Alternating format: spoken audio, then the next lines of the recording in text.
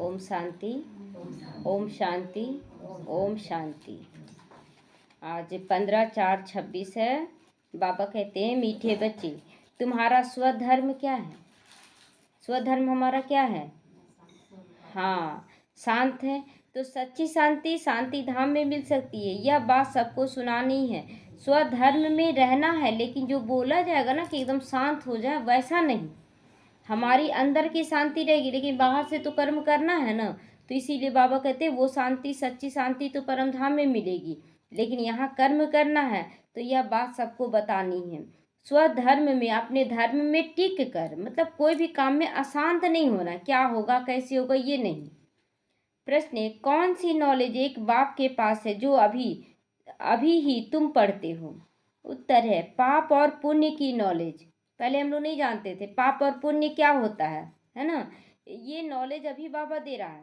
भारतवासी जब बाप को गाली देने लगते हैं तभी तो पाप आत्मा बनते हैं, और जब बाप को, ड्रामा को अच्छी रीति जान लेते हैं तब पुण्य आत्मा बन जाते हैं। तो यह पढ़ाई तुम बच्चे अभी पढ़ते हो। तुम जानते हो सबकी सद्गति देने वाला एक बाप है। मनुष्य की सद्गति अर्थात मुक्ति, जीवन मुक्ति नहीं दे सकता, मनुष्य नहीं दे सकता, भगवान ही दे सकते हैं।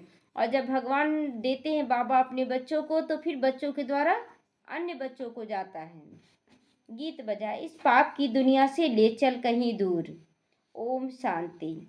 शुरू में यही ना बोलते थे, ले चलो यहाँ से, है ना। लेकिन ये नहीं जानते थे कि अगर मेरे अंदर अशांति होगी तो हम कहीं भी चले जाएं, अशांत ही होंगे।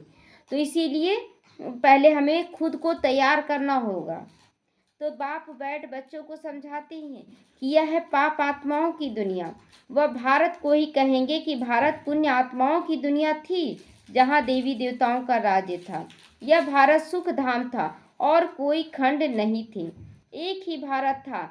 चैन अथवा सुख उस सतयुग में था जिसको स्वर्ग कहते हैं, है ना। चैन और सुख केवल सतयुग में। यहाँ सुख शांति नहीं है, यहाँ तो हर पल दुख अशांति बीमारी है। तो सतयुग में था जिसको स्वर्ग कहते हैं। यह है नर्क। भारत ही स्वर्ग था, अभी नर्क बना है। नर्क में चैन और सुख शांति कहाँ से आएगा, है ना। कहाँ से आएगा इस दुनिया में। तो कलयुग को इसीलिए तो नर्क कहा जाता है। कलयुग अंत को और रौरव नर्क कहा जाता, और ही रौरव नर्क कहा जाता है। दुख धाम कहा जाता है। क्या क्या नाम दे रहा है कलयुग को बाबा? कलयुग है नर्क, दुख धाम, रौरव नर्क। तो भारत ही सुख धाम था जब लक्ष्मी नारायण का राज्य था। भारतवासियों का गृहस्थ धर्म पवित्र था। अभी गृहस्थ धर्म है, धर्म तो बोलते हैं लेकिन धर्म नहीं है, केवल गृहस्थी हो गए हैं, धर्म लोप हो गया है। और सतयुग में गृहस्थ धर्म आश्रम था। तो गृहस्थ धर्म का मतलब क्या होता है कि हम परिवार को देखें और धारणाओं में भी चलें, ये है गृहस्थ धर्म। लेकिन यह भी है कि गृहस्थ में आ गए लेकिन धर्म लोप हो गया, विकारी बन गए हैं। तो प्यूरिटी भी थी वहाँ, सुख शांति भी थी, संपत्ति भी थी। अब वही भारत पतित बन गया तो सब विकारी बन गए। यह दुख धाम है। भारत सुख धाम था, और जहाँ हम आत्माएं निवास करती हैं वो है शांति धाम। शांति वहाँ शांति धाम में ही मिल सकती है। आत्मा शांत वहाँ ही रह सकती है, जिसको स्वीट होम, निराकारी दुनिया कहा जाता है। वह है आत्माओं का घर, जहाँ वहाँ पर जब रहते हैं तो आत्मा शांति में रहती। आत्मा शरीर में रहती तब न चुरपुर करती है, जब शरीर में है ही नहीं तो वो तो शांत रहेगी। तो यहाँ पर तो आत्मा को कर्म करना है। बाकी शांति कोई जंगल आदि जाने से भी नहीं मिलती है। बाबा क्लियर कर रहा है कि अगर साधु सन्यासियों को शांति मिल जाता तो फिर वो जैसे बुद्ध गए ना, योगी तपस्वी बने, बहुत योग तपस्या किए, शांति मिला, फिर तो आए गृहस्थियों के पास मांग कर खाएं, कर्म तो किए ना, ये नहीं कि जंगल में ही बैठ गए। तो इसीलिए बाबा कहते हैं कि बच्चे अब जंगल में जाने की जरूरत ही क्यों, तुम यहीं पर योग तपस्या करो, शांति को अनुभूति करो और उसको सबको दो। तो शांति धाम तो वही है। सतयुग में सुख भी है, शांति भी है। यहाँ दुख धाम में शांति नहीं हो सकती है, शांति धाम में मिल सकती है शांति। सुख धाम में कर्म होता है, शरीर से पाठ बजाना होता है। इस दुख धाम में एक भी मनुष्य नहीं जिसको सुख और शांति हो। यह है भ्रष्टाचारी पतित धाम। तब तो पतित पावन को बुलाते हैं, परंतु उस बाप को कोई जानता ही नहीं, इसीलिए निधन के बन पड़े। तभी तो लोग लड़ाई कर रहे हैं। एक बार ना एक साहूकार था, वो अपना प्रॉपर्टी 2 बच्चों में बांट रहा था।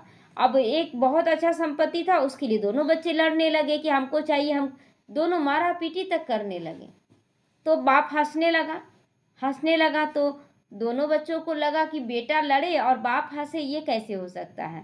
तो फिर बच्चे पूछे कि पापा आपको क्या हो गया, हम लोग लड़ रहे हैं और आप खुश हो रहे हैं। तो बोले कि तुम इतना छोटा सा संपत्ति के लिए लड़ रहे हो, इससे भी मेरे पास बड़ा संपत्ति है, लेकिन हम तभी देंगे जब तुम लोग लड़ाई नहीं करोगे, तब देंगे। तो बोले ठीक है, हम लोग लड़ाई नहीं करेंगे।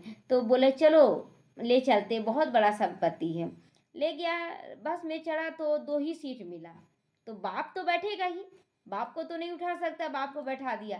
तो बोल दिया था कि लड़ाई करोगे तो हम संपत्ति नहीं देंगे। तो अब एक बेटा थोड़ा देर बैठ रहा, थोड़ा देर एक बेटा खड़ा रह रहा, फिर दूसरा बेटा को बैठा रहा, फिर एक बेटा, मतलब बहुत प्यार से चला। लड़ाई खत्म उस समय। देखिए लड़ाई मन की स्थिति का है ना। उसके बाद जैसे ही बहुत दूर चलना पड़ा, उसके बाद पहुंचा तो बहुत बड़ा हवेली था, और लेकिन मकड़ी का जाली लगा हुआ था, पूरा गंदा संदा, कोई रह नहीं रहा। तो बोला कि जानते हो ये किसकी संपत्ति है, हमारी संपत्ति है, पहले बोला। लेकिन इसी संपत्ति के लिए हम अपने बड़े भाई से बहुत लड़ाई की, और फिर बड़ा भाई चला गया विदेश, छोड़ दिया संपत्ति, और हम यहाँ रह गए। देखो अभी क्या हालत हो गया कि इस हवेली में हम भी नहीं रहे और उसको भी रहने नहीं दिए, दोनों लड़ रहे, रिश्ता खत्म हो गया। आज तुम लोग भी वही कर रहे हो, रिश्तों को बचा कर चलो, भल संपत्ति ना मिले तो कोई हर्जा नहीं। तो अभी निधन के बन पड़े ना, भगवान नहीं है तो हम लोग लड़ाई झगड़ा। वो तो बाप था, वो समझा दिया दोनों बच्चों को, और यहाँ पर सारे बच्चे देखे बाबा नहीं है तो लड़ाई कर रहे हैं।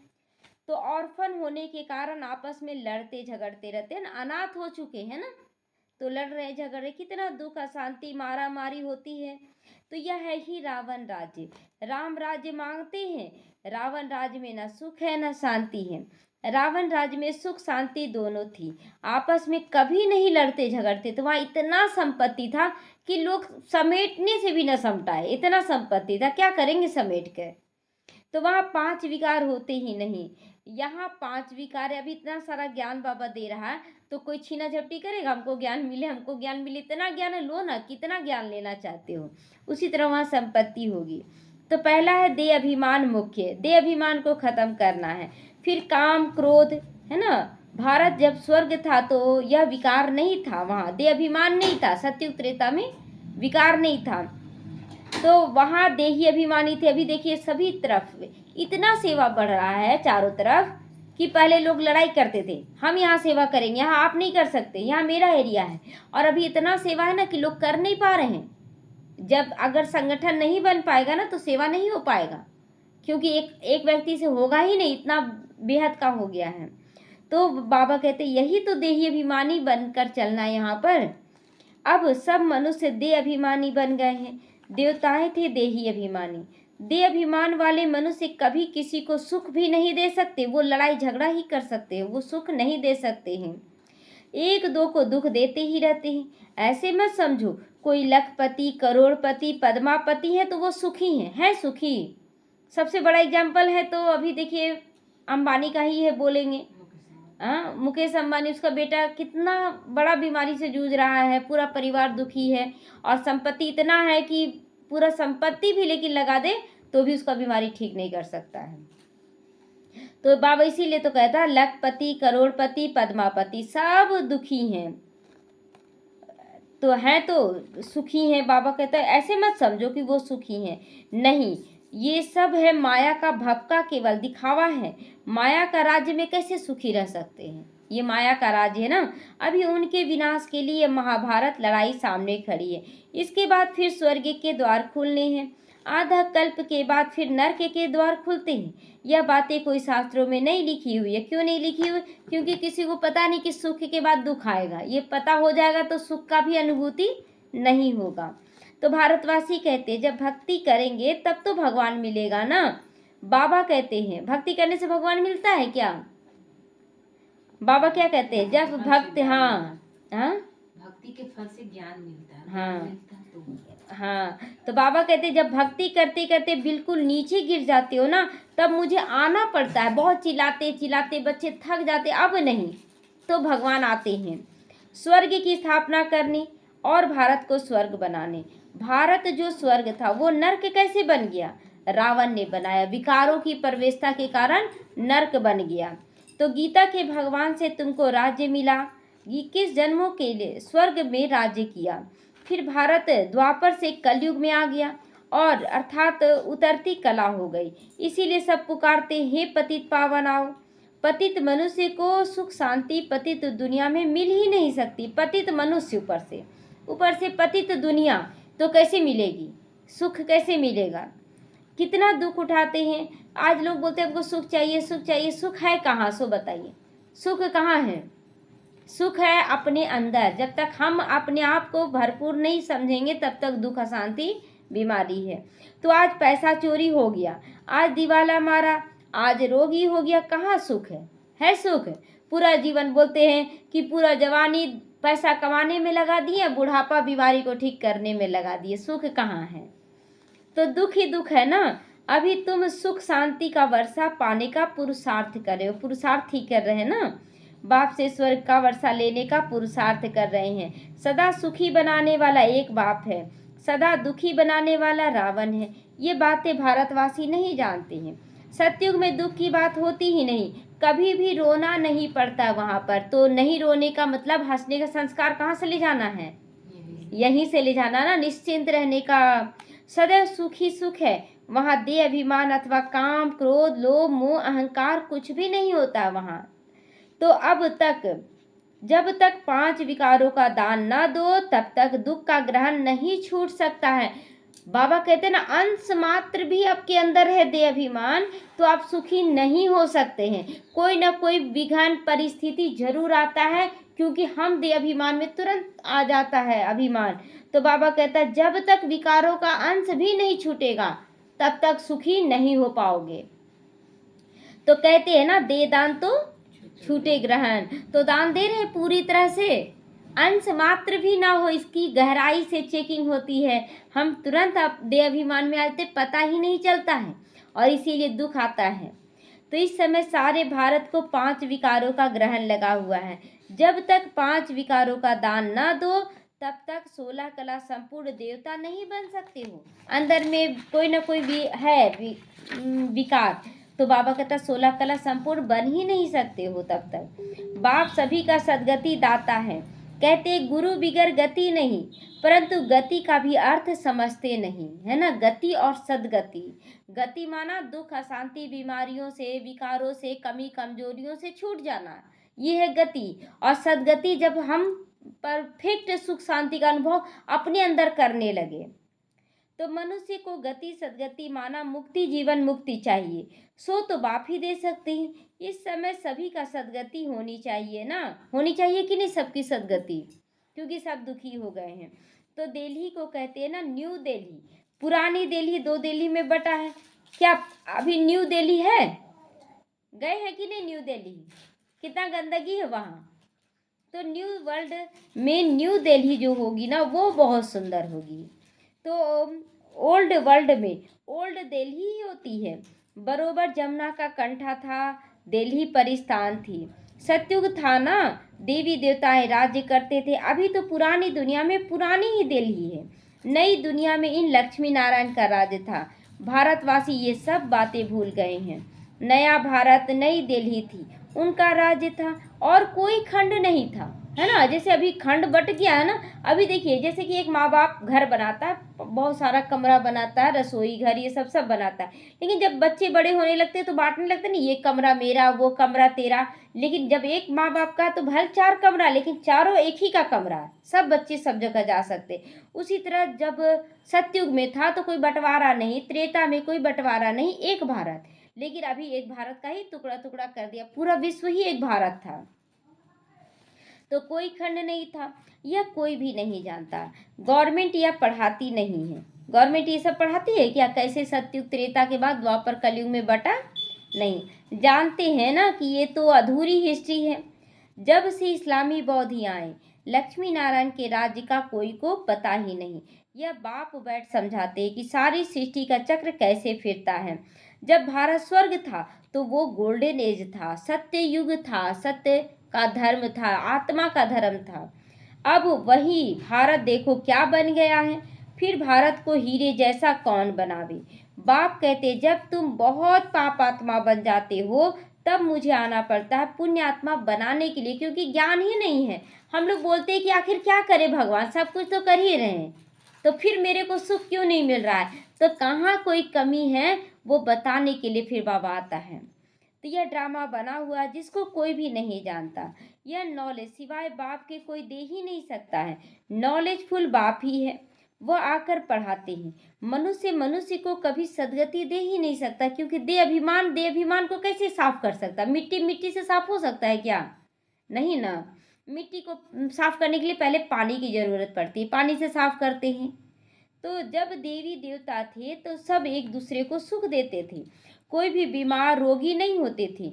यहाँ तो सब रोगी हैं। अब बाप आए हैं फिर से स्वर्ग बनाने। बाप स्वर्ग बनाते हैं, रावण नरक बनाता है। यह खेल है जिसको कोई भी नहीं जानता। शास्त्रों का ज्ञान है फिलॉसफी, भक्ति मार्ग, वह कोई सदगति मार्ग नहीं है। जितना भी आप शास्त्र पढ़ लें, क्या सत्युग आ जाएगा? नहीं आएगा। तो यह कोई शास्त्रों की फिलॉसफी नहीं बताई जा रही है। बाप कोई शास्त्र थोड़ी सुनाते हैं। यहाँ है स्पिरिचुअल नॉलेज, आत्मा का पूरा जीवन कहानी बाबा बता रहा है। तो बाप को स्पिरिचुअल फादर कहा जाता है, आत्माओं का पिता कहा जाता है, वह है आत्माओं का बाप। बाप कहते हैं मैं मनुष्य सृष्टि का बीज रूप हूँ, इसीलिए नॉलेजफुल है ना। जैसे कि हम अपने बच्चों को जन्म देते हैं तो बच्चे बचपन से क्या किए, क्या कैसे रहें, क्या खाते थे, कैसे खाते थे, सब कुछ बताते रहते हैं ना कि हाँ तुम बचपन में ऐसे थे। तो उसी तरह बाबा कहते हैं मैं बीज रूप हूँ पूरे सृष्टि चक्र का, मैं सब कुछ जानता हूँ। इस मनुष्य सृष्टि रूपी झाड़ की आयु कितनी है? मनुष्य सृष्टि रूपी झाड़ की आयु कितनी है? कितनी है? 5,000 साल। ये तुरंत आना चाहिए ना, जानते हुए भी समय पर बोल नहीं पाते सभी। तो याद रखना है कैसे वृद्धि को पाता है, फिर कैसे भक्ति मार्ग शुरू होता है, ये सब मैं जानता हूँ। तुम बच्चों को ये नॉलेज देकर स्वर्ग का मालिक बनाता हूँ, फिर तुम मालिक बन जाते हो। यह नॉलेज तुमको एक ही बार मिलती, फिर गुम हो जाती है। फिर सतयुग त्रेता में इस नॉलेज की दरकार ही नहीं रहती है ना। सतयुग त्रेता में जब आप डॉक्टर बन जाएंगे तो फिर पढ़ने का दरकार रहेगा, आगे का पढ़ाई भर पढ़ेंगे उसमें। लेकिन यहाँ पर सतयुग त्रेता में वहाँ की जो पढ़ाई वो पढ़ेंगे, लेकिन आत्मा की पढ़ाई का यही है, यहीं तक है। यह नॉलेज सिर्फ तुम ब्राह्मणों को है, देवताओं में भी ये नॉलेज नहीं है। तो परंपरा से ये नॉलेज कैसे आ सकती है? आ सकती है? जब देवताओं को भी ये नॉलेज नहीं है तो कैसे आ सकती है? तो यह सिर्फ तुम बच्चों को एक ही बार मिलती है, जिससे तुम जीवन मुक्त बन जाते हो, बाप से वर्षा पाते हो। तुम्हारे पास बहुत आते हैं, बोलते हैं मन की शांति कैसे मिले, परंतु ये कहना ही गलत है। मन को शांति कैसे मिले? मन तो भागेगा ही। शांति किसको चाहिए? शांति आत्मा जब अपने धर्म को भूल जाती है तभी अशांत होती है। तो मन बुद्धि आत्मा के ऑर्गन्स हैं। तो आत्मा जब अपने शांत स्वरूप में स्थित होती है तब मन बुद्धि शांत होता है। तो जैसे शरीर के ऑर्गन्स हैं, आत्मा को पत्थर बुद्धि से पारस बुद्धि बाप आकर बनाते हैं। तो जो सत्युग त्रेता तक चलती है, फिर पत्थर बुद्धि बन पड़ती है। अभी तुम पत्थर बुद्धि से पारस बुद्धि बनते हो। तुम्हारी पारस बुद्धि जो थी उसमें खाद मिलती गई, अब फिर से पारस बुद्धि कैसे बने? मतलब इतना खाद पड़ गया कि पत्थर बन गए, तो अब पारस कैसे बने?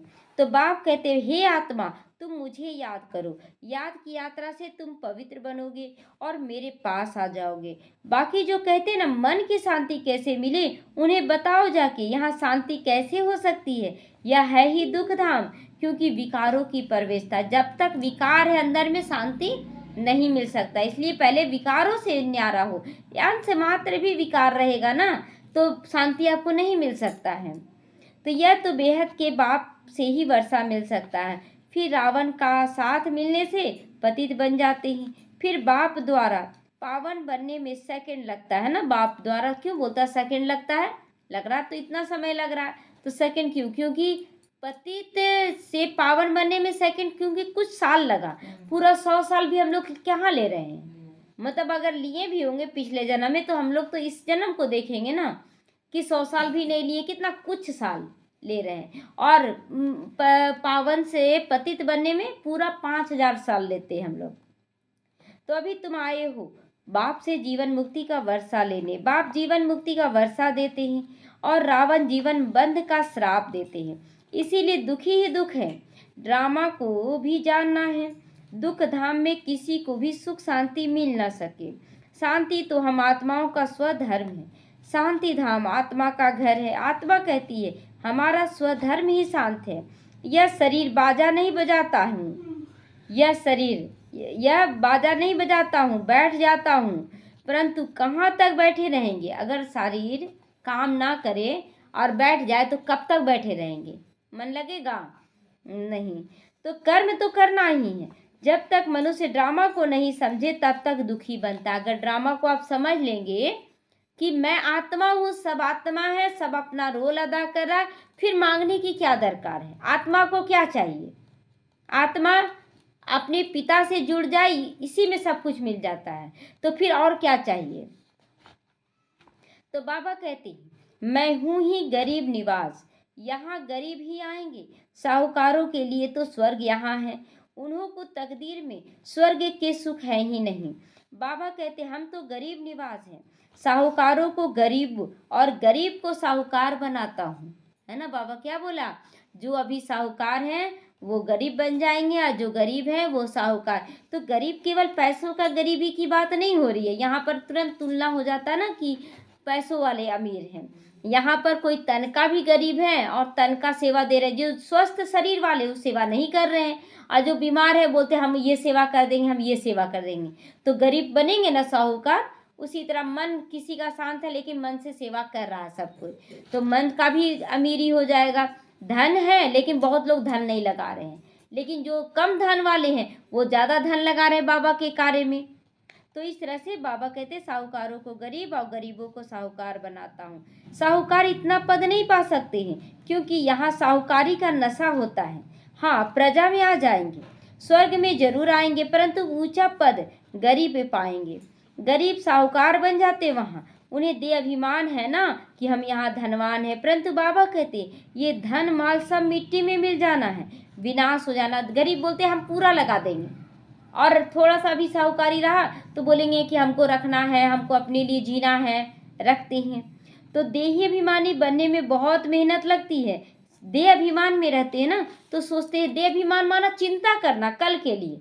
एक लड़की थी ना जो राजकुमारी थी, वो बहुत धर्म करती थी, धर्म पूजा पाठ, तो उसका पिता उसका शादी एक सन्यासी से कर दिया।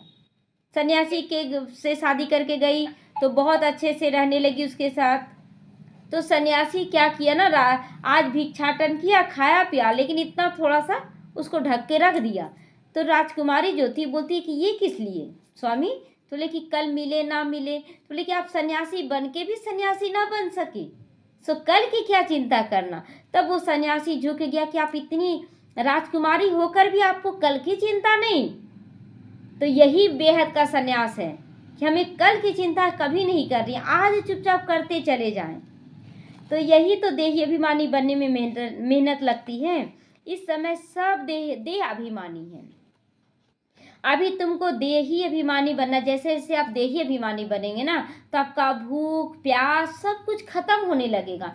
तो फिर आप कल की चिंता क्यों करेंगे? जब हमको भूख भी नहीं लग रहा, प्यास भी नहीं लग रहा, पहनने का कोई चिंता नहीं, 2 कपड़ा मिल ही रहा है, फिर चिंता किस बात का? तो आत्मा कहती है हमने 84 जन्म पूरे किए, नाटक पूरा होता है, वापस जाना है।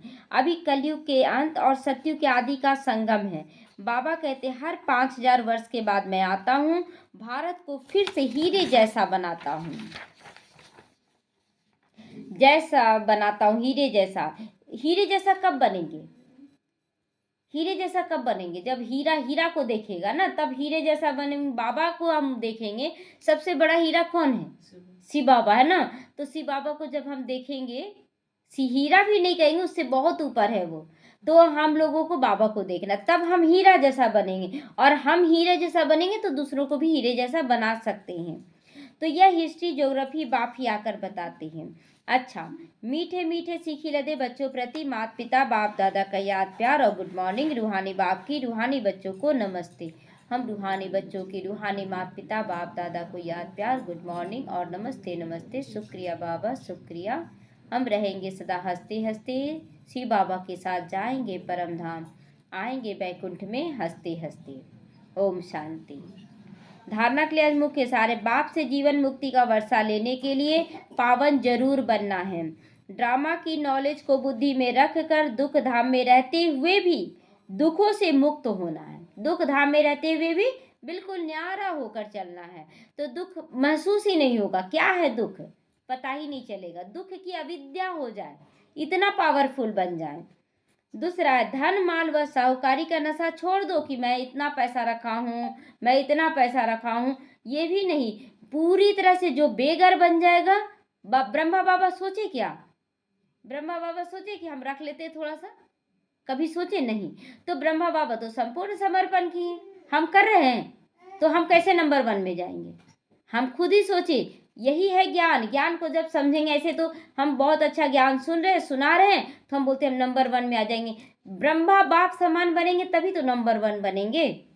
तो साहूकारी का नशा छोड़ देही अभिमानी रहने का पुरुषार्थ करो। बिल्कुल देही अभिमानी, मुझे क्या चाहिए, कुछ नहीं। अब तो धीरे धीरे क्या हो रहा है कि भूख पर भी कंट्रोल हो रहा है, कितना खान पान कम हुआ।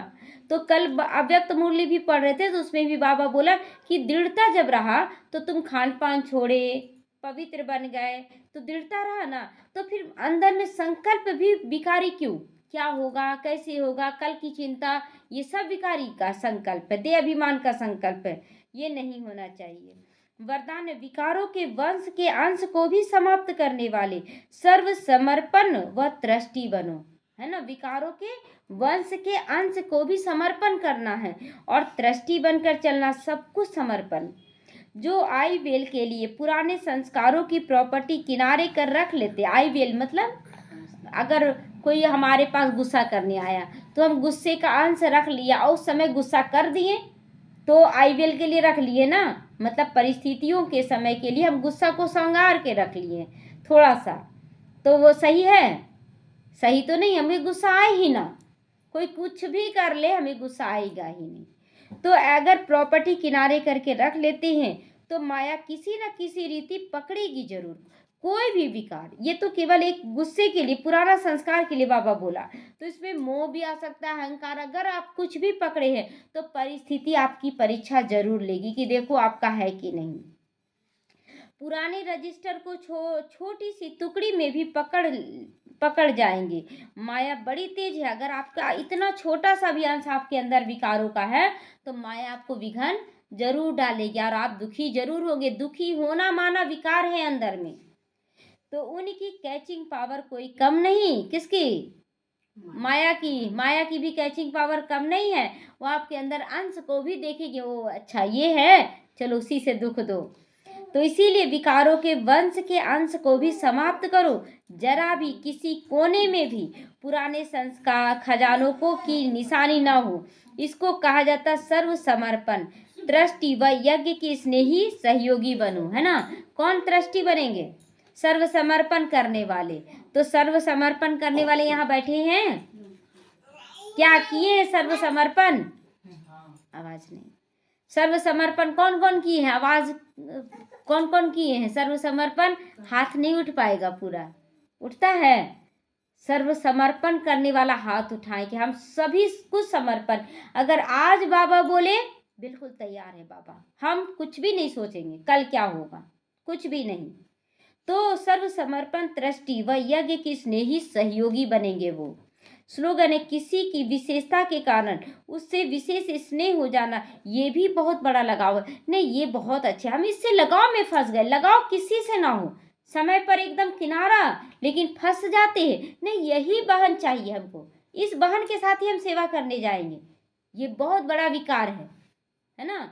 ये भी नहीं, बिल्कुल न्यारा, हमेशा न्यारा पर वो दिखे, न्यारापन दिखे। तो बाबा कहता है ये भी लगाव है। अव्यक्त इशारे महान बनने के लिए मधुरता और नम्रता का गुण धारण करो।